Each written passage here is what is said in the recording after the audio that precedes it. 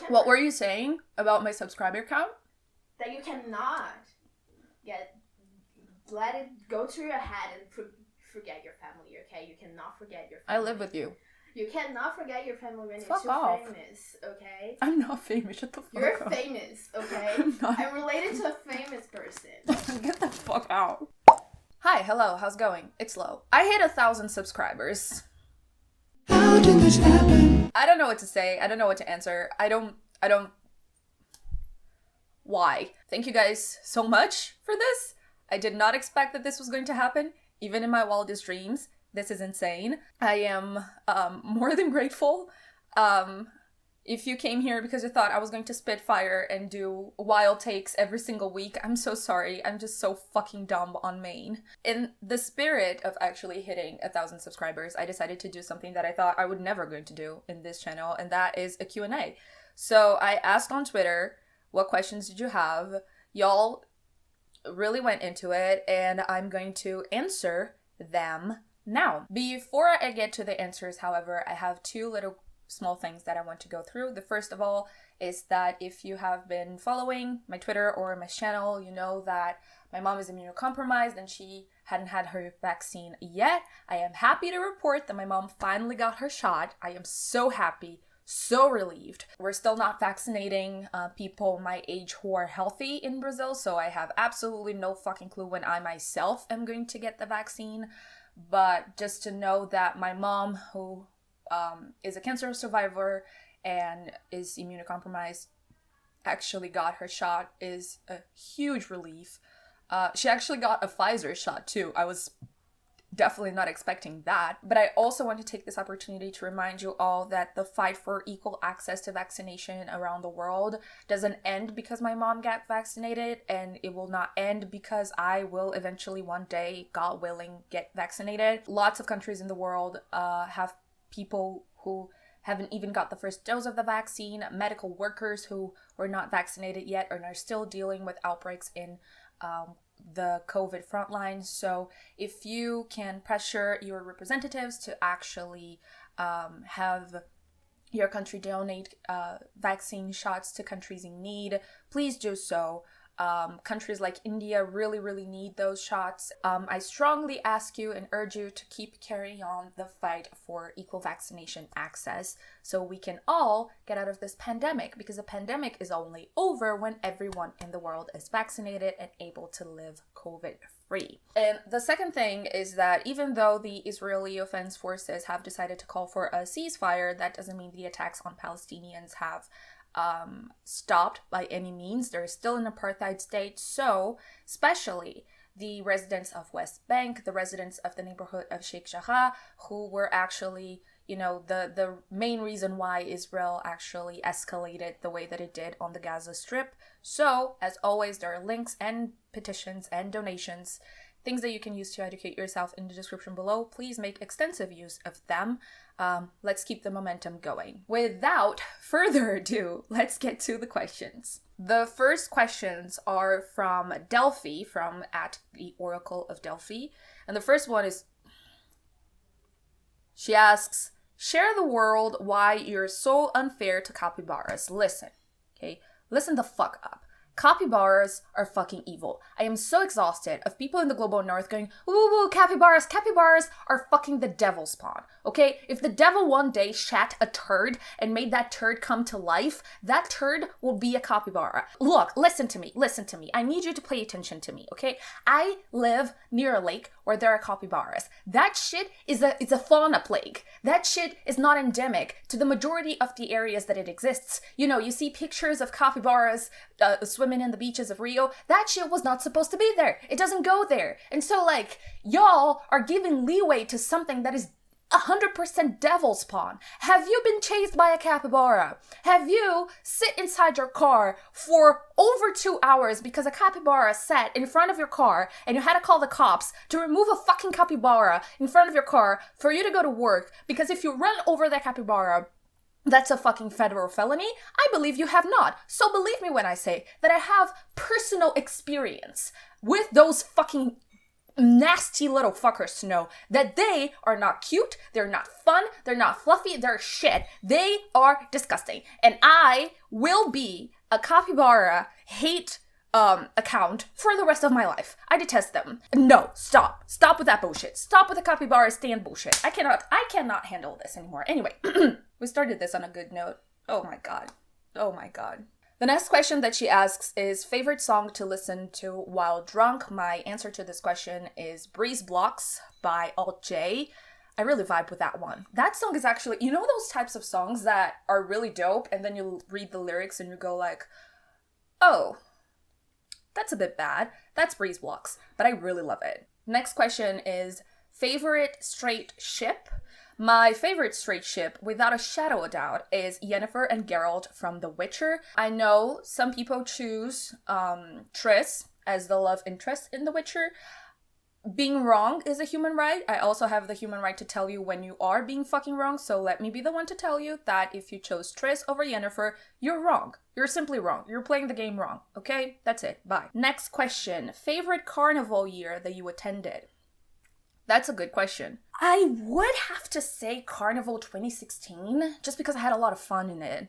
I made some questionable choices in Carnival 2016, as I am one to do, but overall, I had a lot of fun with it. Finally, the next question is favorite fashion era. I am a fucking sucker for the Dior new look. It's so fucking good. It's so basic. I know. Oh my god, you like 1950s Dior's new look, but it's so fucking good. It's so fucking good. I love it so much. Bebella says, first of all, Capybara Supremacy. As for the questions, what's your favorite book? My favorite book is Slaughterhouse-Five by Kurt Vonnegut. I talked about it in my last wrap-up. You can check in the cards up above. Who's your favorite Six of Crows character in Edge? Like, please. What are your hobbies other than reading? I actually am a seamstress. I know how to sew. I don't know if you can see her from here, but I actually just finished doing my dress form. Let me try to... This is my dress form.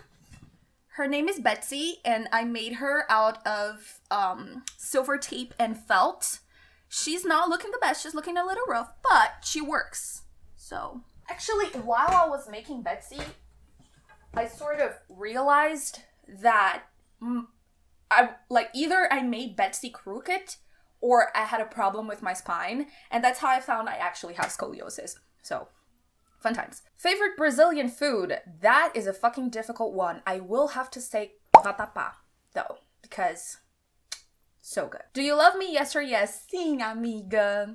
Não poderia deixar de te amar. So for the next round of questions, Mina asks, what is one place you'd love to travel, even if you've been there before? So before the Panasonic started, I actually was planning on going to a place here in Brazil. It's called Lençóis Maranhenses. I am going to insert a pic right here. It is surreal looking and so, so beautiful, and I really wanted to go there. So, but the panini struck, and the rest is history. I didn't go anywhere. In fact, I don't know what the sun looks like anymore. Tropes you'd love to see more in books?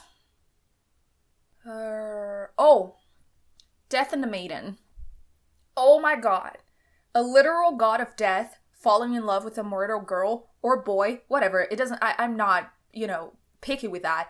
I love it. I love it so much. I really wanted more people to use that trope because it just speaks to my little cold heart. The next question is, what's the weirdest or most specific random interest you have? Oh my god. So there's this YouTube channel of this guy who is a hoof trimmer, and he trims the hooves of cows. Gives cows some pedicures, okay? I have no idea why I found this. I don't know why I started watching this, but I am obsessed. I am obsessed. I know more about hoof trimming than I think I'd ever have the right to know. I live in a city. Look, I am afraid of cows. I don't like them. And so, I don't know why I know so much about it, but it's just so satisfying. Anyway, I'm sorry.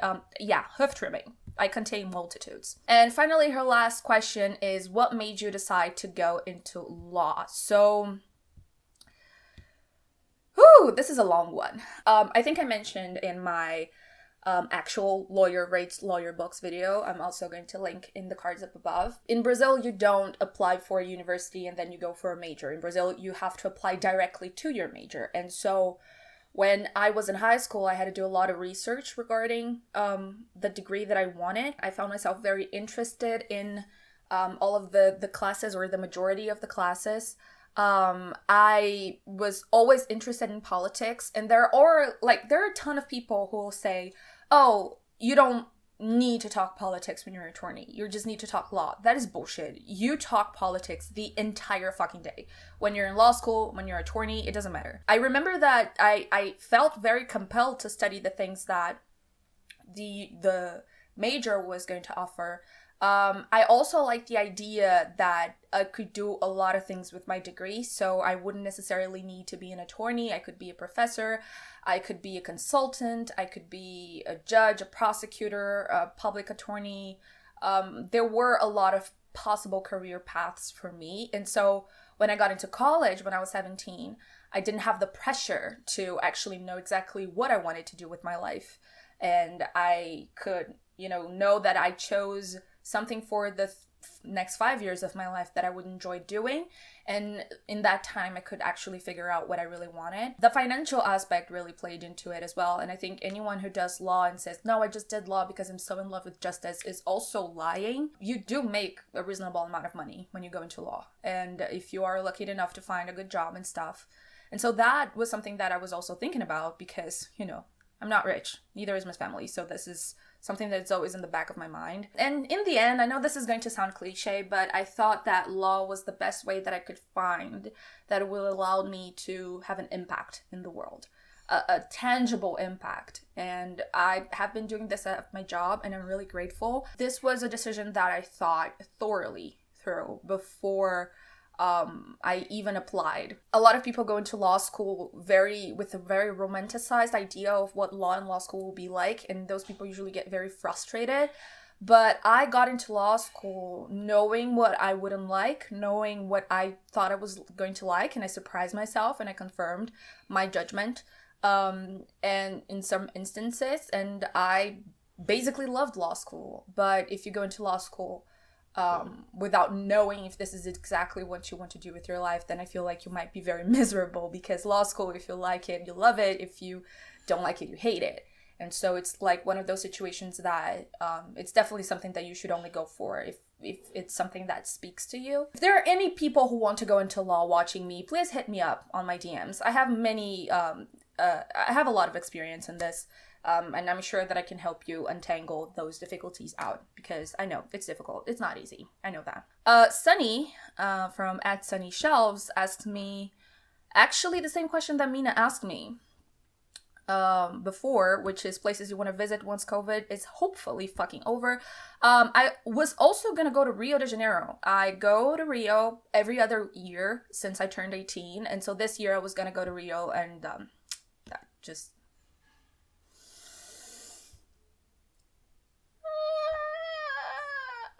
Laura asks me, what is a Brazilian book that is not translated into English that you really wish it was? Easy peasy answer. My answer to this question is Os Dragões Não Conhecem o Paraíso by Caio Fernando Abreu. The translation in English will be something along the lines of Dragons Don't Know Paradise. And this is a collection of 13 short stories that relate to love and other things, like love and sex, love and family.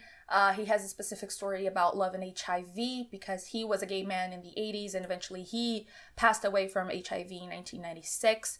But this book is so, so beautiful. It's like the language that he uses is so poetic. I love this book so much.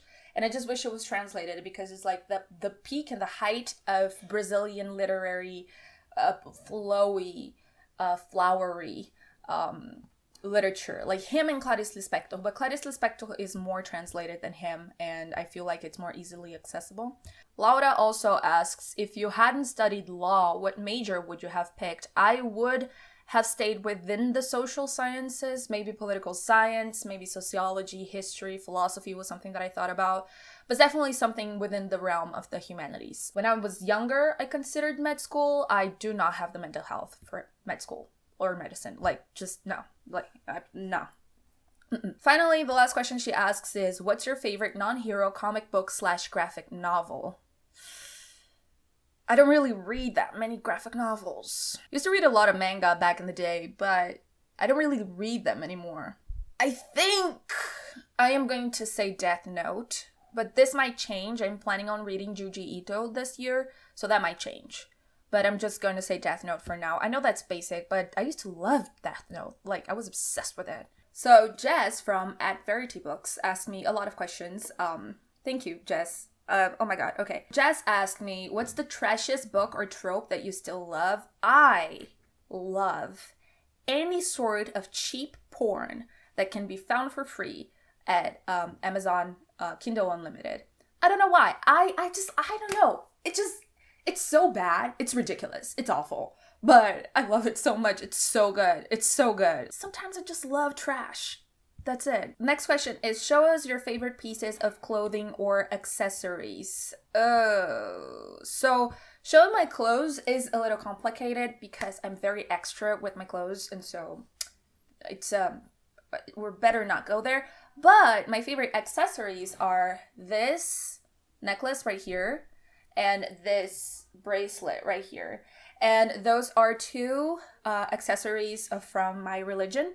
Once again, I'm part of the African Brazilian religion of Umbanda. Umbanda has a direct influence from the Yoruba in Nigeria because slavery. Basically, these are the symbols of the orishas, or the orishas as we say it.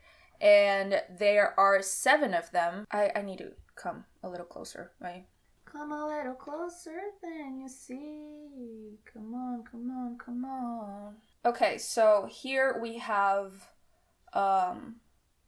the sword of Ogun.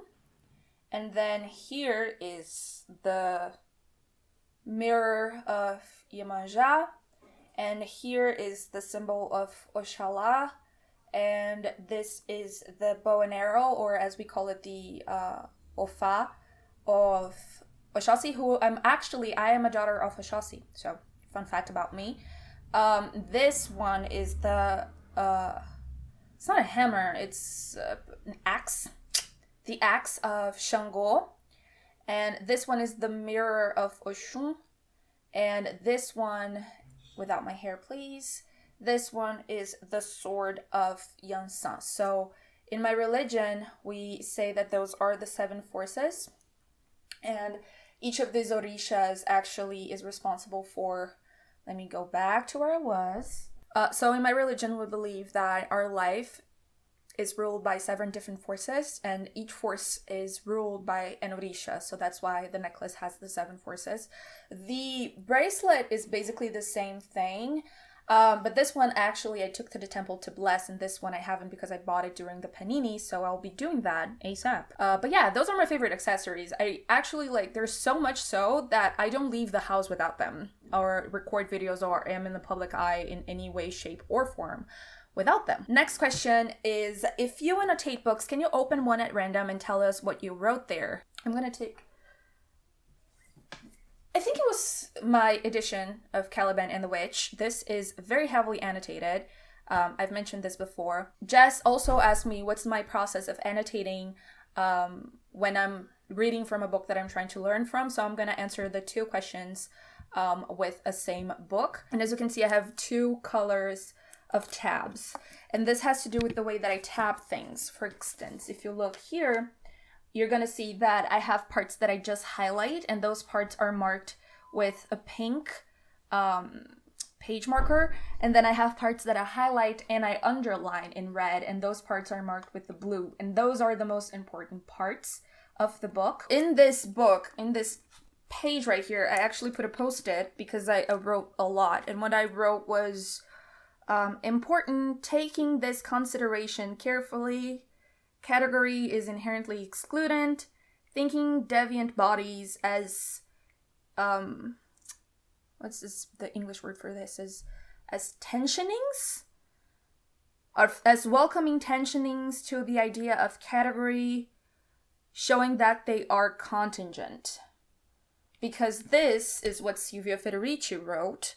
If in capitalist society femininity was built as a work function that hides the production of the labor force under the cover of a biological destiny, the history of women is the history of classes, and the question that we must ask ourselves is if it was transcended the sexual division of labor that produced this concept in particular. I translated this out of my ass, so it's probably not accurate to the original. Read Caliban and the Witch. It's great. Jess also asked me to show my little baby Void, which is my black cat, but I cannot do that right now because I have my dog with me. And my cat and my dog do not go along. They do not like each other. So if anyone has any tips or ideas on how to get my pets to tolerate each other, I'm not even asking for love here. I'm just asking for a little bit of tolerance. Please let me know. I don't know what to do anymore. So Sunny asks, a historical figure you would like to have lunch with. I would love to have lunch with Clarice Lispector. This is so fucking basic. I'm so sorry, but I just love her so much. I want to have lunch with her so bad. Oh my god, I love her. So Rachel asks me, update on your Witcher progress. This is a good question because if you have been following me on Twitter, you will know that I almost lost my Witcher saves for the third fucking time when my computer died. But I have not, so it's fine. It's back, it's alive. I just finished the Battle of Kaer Morhen, and I am now about to kill the Ladies of the Woods with Ciri, and I'm very, very excited for that, but I haven't played Witcher in ages, because life. Rachel asked me, can you draw something? Okay?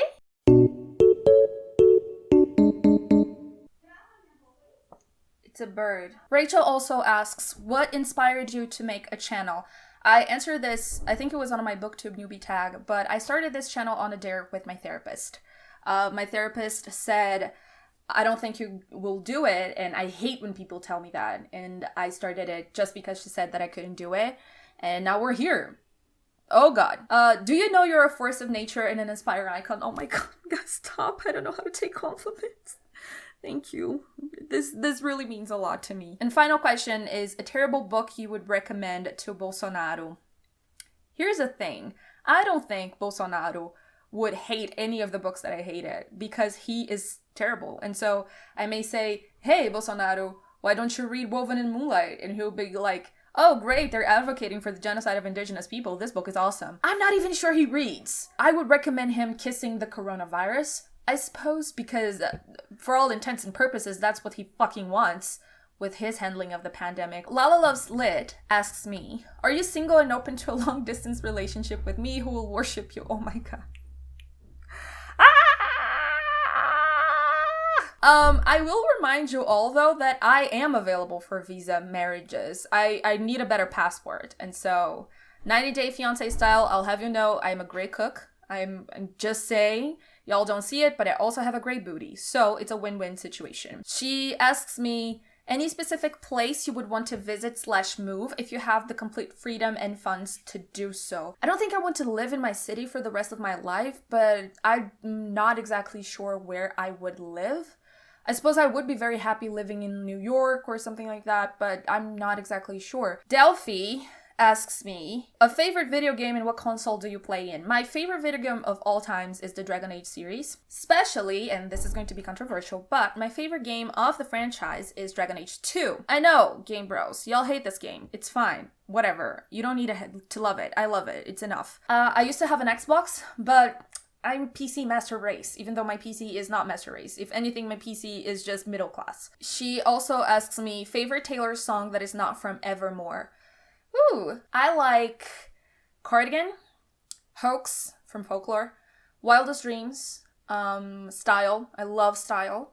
From the Vault, Mr. Perfectly Fine is so fucking good. I love it so much. And You Belong With Me. Those are my faves outside of Evermore, but Evermore is still my favorite album. Sunny asks me, how and when did you get into reading? I was a very early reader. I started reading when I was about 4, and my parents were also very avid readers. So there wasn't a moment where like I learned how to read and then I learned how to like books. The two of them kind of came together. I really just started reading for fun when I was about the age that I actually became literate. Jess asks me more questions. She asks me, what tattoos do you have? So I have the tattoo that I mentioned on my last video. It's Que el dolor no me sea indiferente, like right here.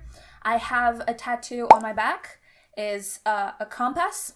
I have a tattoo on my back, is a pole dancing witch with an N. Sexton poem that is, I have been her kind.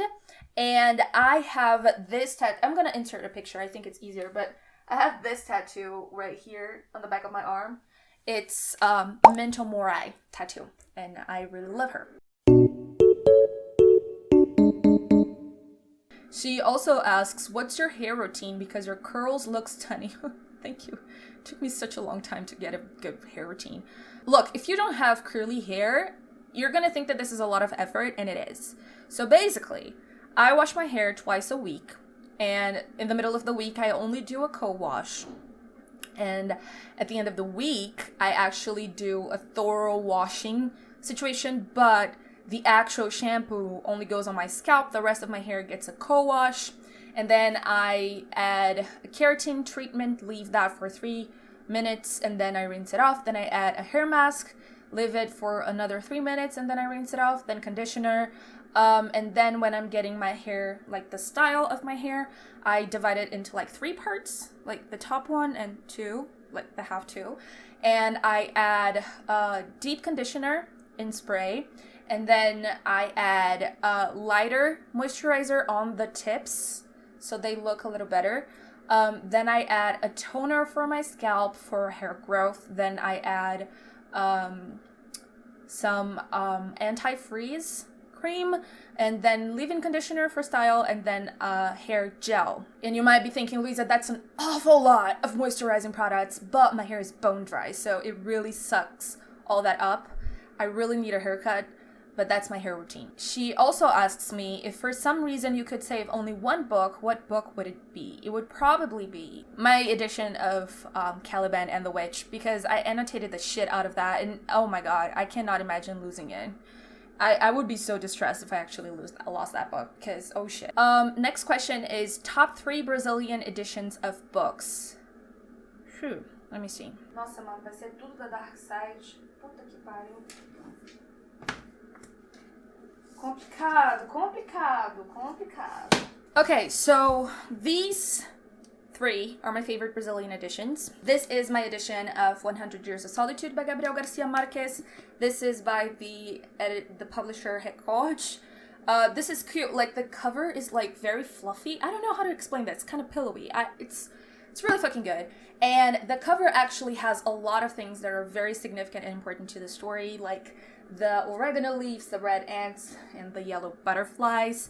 If you've read 100 Years of Solitude, you'll probably recognize those from the story. This is also one of my favorite books of all times. This one is a collection of horror short stories by Brazilian authors by the editor who owns my left butt cheek. I've given them so much money, and the publisher is called Dark Side, and they make the most beautiful editions of everything. And like, all of the books are so incredibly curated. It's just so fucking pretty. I really cannot with this book. Like, it's stunning. And the Dark Side also made this bad boy that I just got. This is a book about witches. I haven't read this one yet, but it's so fucking good. Like, I just like, I can. So the next question is, what's something that brings you pure joy? Oh my god, that's a very good question. I'm not a difficult person to please, and a lot of things really bring me a lot of joy. Getting gifts brings me a lot of joy when people remember small things, small details about me. It gets me a lot of joy. When people say that I impacted them somehow, this is so good. I feel so good when I do it. Getting parcels in the mail, I'm just generally a very easy person to feel this genuine feeling of pure joy. There's so many things, like when you stand at the edge of a waterfall and you look down, the feeling that you get when you get out of a roller coaster, the feeling that you get when the plane is taking off to someplace. I don't know, a lot of things just give me genuine joy. Knox asks me, how are you so cool? Oh my god. Guys, I don't know how to answer the compliments. Holy fucking shit. Knox also asks me, what's something you wish you could tell your younger self? Which is an exercise that I've done a lot in therapy, just so you guys know. I think I would tell my younger self that she does not deserve crumbles of affection. She deserves the whole thing. And I say this because in all of the abusive relationships that I've gotten myself into, the very classic abusive talk of no one's gonna love you like I do, or no one's gonna love you if I don't, or this is the best that I can do and this is the best that you deserve, would not have resonated with me if I also didn't believe that in some way this is what I deserved. And so I would tell myself when I'm like 16, being like, you deserve so much more than whatever crumbles people can spare to you. And I think that would have saved me a lot of heartache. This was not supposed to be bad feelings. I'm sorry, guys. Her next question is, what's something you would want to tell the younger generation? Okay, I'm gonna say this with a lot of love in my heart. Please don't take this the wrong way. But there's a Brazilian expression that is, mal chegou quer sentar na janelinha. Basically, that translates to, you just arrive and you want the window seat. And what this means is that you just came into things and you want to tell people how to run that show. And I feel like younger people, especially younger people who are getting into activism, have to understand that there were so many people who were doing the same activism before they were. And that it is not their right to tell everyone how to run certain types of activism, or how certain types of activism must be done, or what is considered activism and what isn't, and how people should be active in their communities. This is wrong. And I feel like the younger people should respect the people that came before, who were organizing before, who were studying before, and who did a lot of the groundwork that allowed them to do the activism that they are doing today. And I feel like this is something that a lot of younger people, and I've seen a lot of younger people do it, like almost taking activism as a sort of a moral stance. Don't do this. Don't take activism and political activism as a moral measurement, because we're all humans. We all have failings, and what matters is that we're constantly working to make ourselves be better people, but we will fuck up. And so if you dictate a form of activism that becomes a sort of moral measurement of someone's character, I feel like that is counterproductive.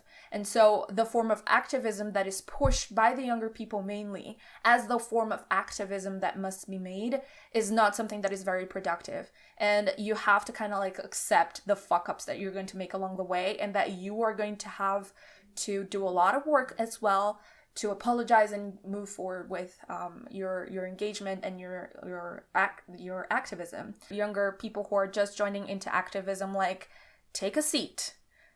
This is not our first time in the rodeo. We know what we're doing, and it's not you from the height of your 16 years of experience who's going to tell people who have been organizing for longer than you have been alive how to do their activism. So sit down and learn. So next question comes from Emma, and Emma is, what is one of the books that got you into reading? I am not going to give the full answer because y'all know exactly who I'm talking about.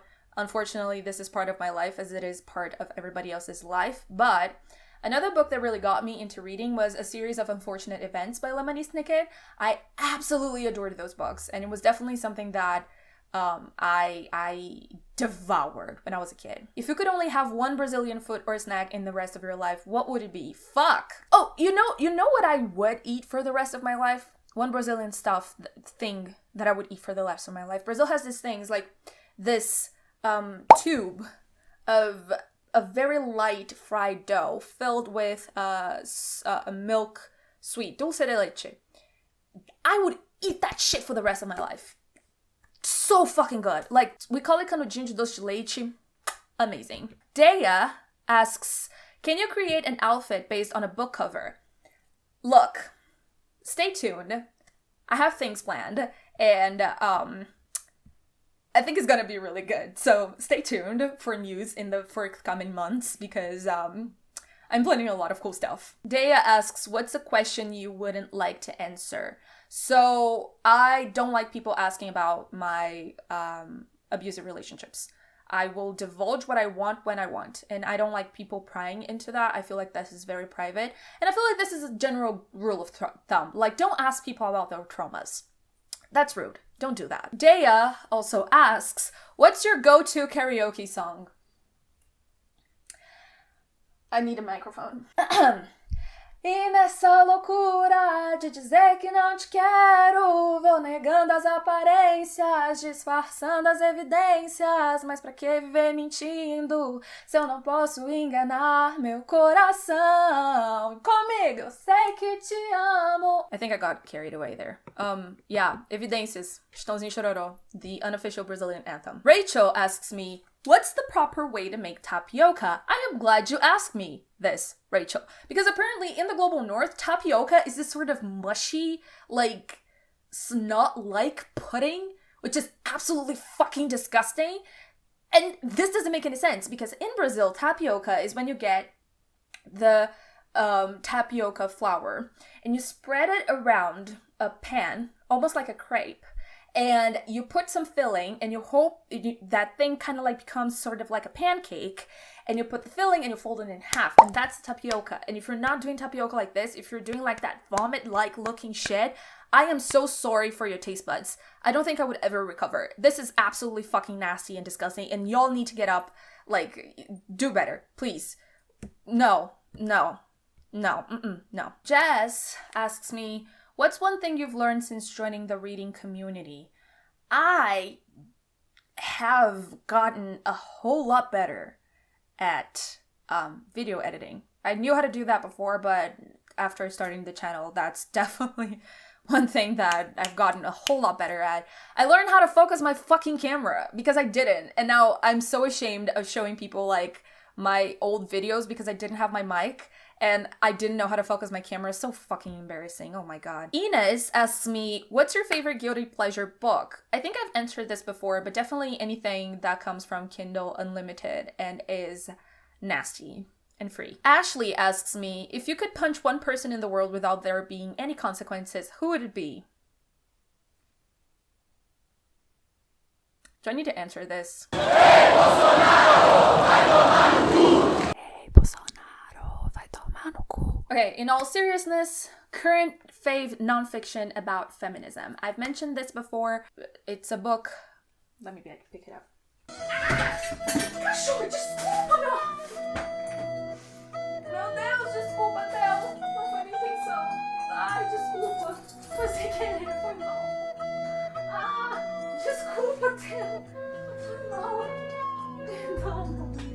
Não foi minha intenção, não era isso que eu queria fazer. I dropped a ton of books on top of my dog's head, and yeah, this was not good. I'm so sorry. Me desculpa, neném. Desculpa, mamãe, neném. Desculpa, mamãe, meu amor. Foi sem querer, meu amor, foi sem querer. So, my current fave nonfiction feminist book is this one. I've mentioned this in my last wrap-up. This is Pensamento Feminista Hoje, Perspectivas DECOLONIZE, or Current Feminist Thought, Decolonial Perspectives. This is a collection of essays by authors discussing decolonial feminism in many aspects, like epistemologies and methodologies, and just some discussions on things that are relevant and important for feminism throughout the global south. Specifically, in this case, there's a lot of focus in Latin America. But unfortunately, this book is not translated. But this has been a lifesaver. I love this book. This book is so good. Div asks me, who are your favorite juniors and why is it me and Delphi? Yeah, both of you. I love you too so much. Book recs based on Bolsonaro's fuck-ups.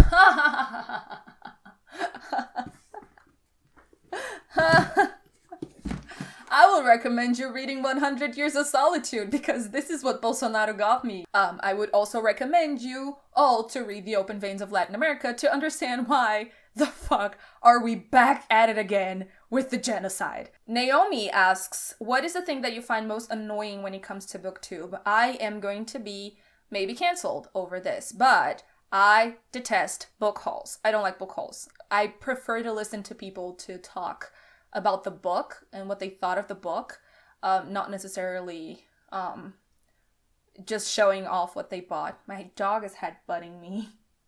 I'm sorry I dropped off my bookshelf on you. Are you okay? I'm so sorry. Naomi also asks me, what is the book that was most impactful for you? There are many.